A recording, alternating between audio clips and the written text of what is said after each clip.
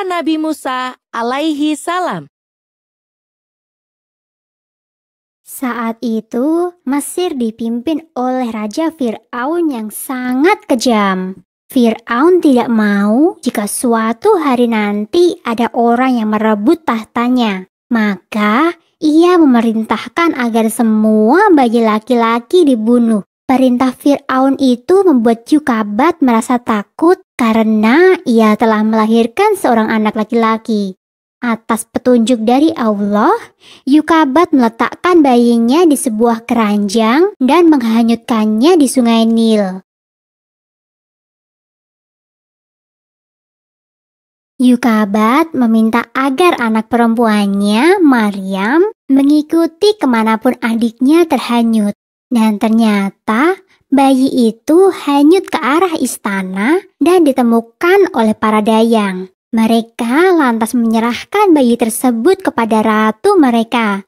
Istri Fir'aun yang belum dikaruniai anak lantas mengangkat bayi itu sebagai anak. Bayi itu kemudian diberi nama Musa. Musa terus-menerus menangis dan tidak mau menyusu pada dayang istana. Akhirnya sang ratu mencari seorang ibu susu bagi Musa. Allah berkehendak mempertemukan kembali Yukabat dengan anaknya. Maka, jadilah Yukabat sebagai ibu susu bagi Musa. Suatu hari, saat sedang berada dalam pangkuan Fir'aun, Musa kecil tanpa sengaja menarik janggut Fir'aun dengan keras. Ketika itu juga, Fir'aun memerintahkan agar Musa dibunuh. Namun, karena istrinya terus-menerus membujuknya, akhirnya Fir'aun pun mengampuni Musa. Musa dibesarkan dan dididik layaknya putra raja. Namun ketika ia dewasa, ia mulai sadar siapa dirinya. Ia bukanlah anak sang raja, melainkan anak seorang Bani Israel, kaum yang selalu ditindas oleh Fir'aun. Suatu hari, Musa melihat perkelahian antara seorang pemuda Bani Israel dengan pemuda dari suku Hipti atau suku Mesir. Saat hendak melerai, tanpa sengaja, Musa memukul pemuda kaum Hipti itu hingga tewas. Karena kesalahannya itu, Musa diancam dengan hukuman mati. Dengan bantuan dari seorang pengikut Nabi Ibrahim, Musa berhasil melarikan diri.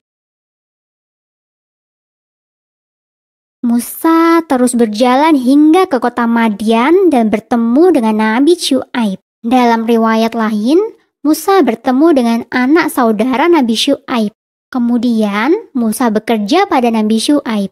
Tak lama kemudian, Musa menikah dengan Syafura, anak perempuan Nabi Syu'aib.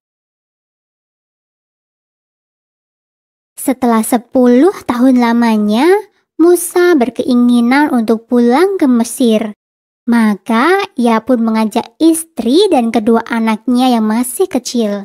Saat malam tiba, Musa memutuskan untuk beristirahat dan membuat sebuah tenda di padang pasir. Musa kemudian pergi untuk mencari api hingga sampailah ia di Gunung Tur.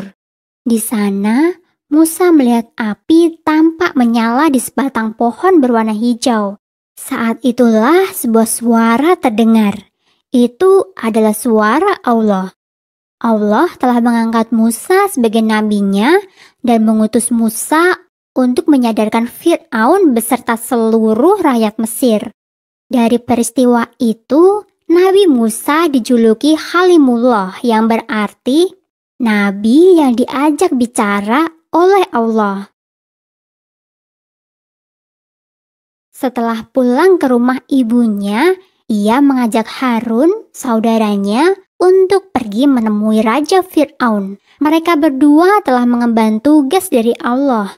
Di dalam istana Fir'aun, Musa beserta Harun dengan lantang menyerukan bahwa mereka adalah utusan Allah dan tiada Tuhan selain Allah. Fir'aun sangat marah mendengar hal tersebut. ia kemudian meminta Musa untuk memberikan bukti bahwa ia benar-benar utusan Allah. Maka Nabi Musa pun menunjukkan mukjizatnya.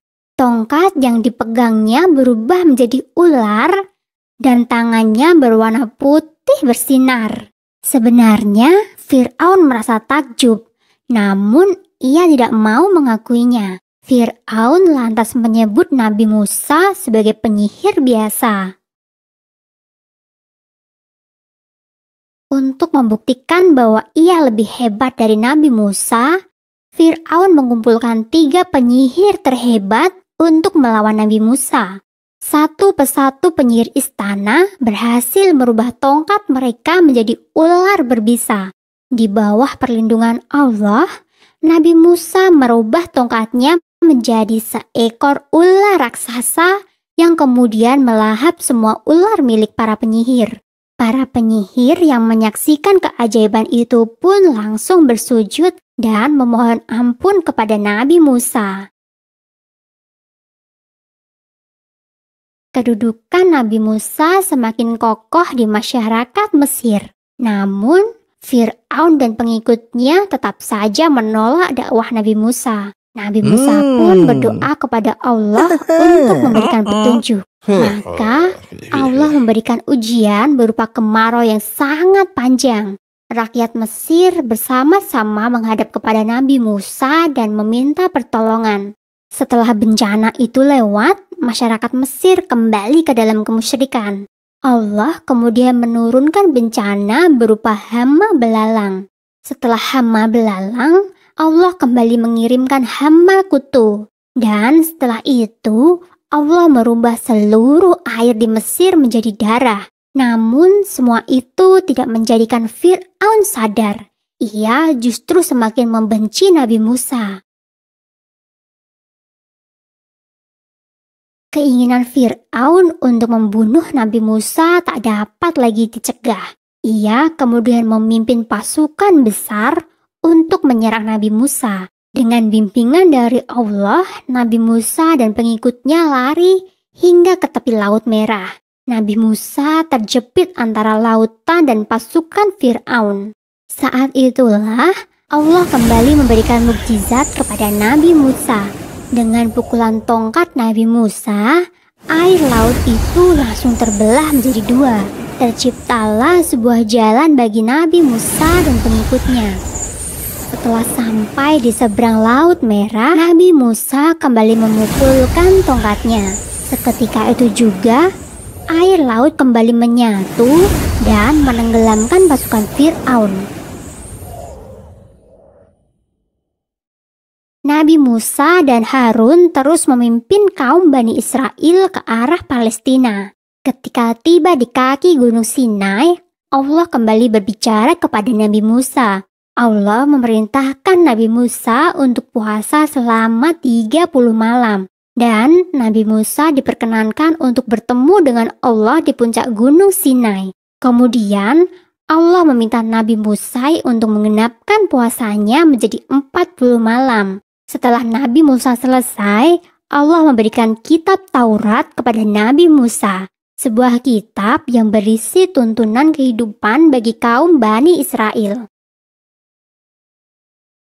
Tentang kelahiran Nabi Musa terdapat pada surat Al-Qasas ayat 4 yang berbunyi, "Dan kami ilhamkan kepada ibu Musa, susuilah dia, dan apabila kamu khawatir terhadapnya, maka jatuhkanlah dia ke sungai Nil.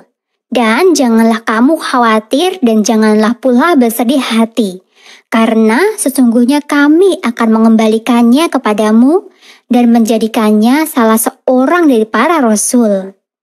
Tentang kenabian Nabi Musa terdapat pada surat Al-A'raf ayat 103 yang berbunyi, "Kemudian kami utus Musa sesudah rasul-rasul itu dengan membawa ayat-ayat kami kepada Fir'aun dan pemuka-pemuka kaumnya.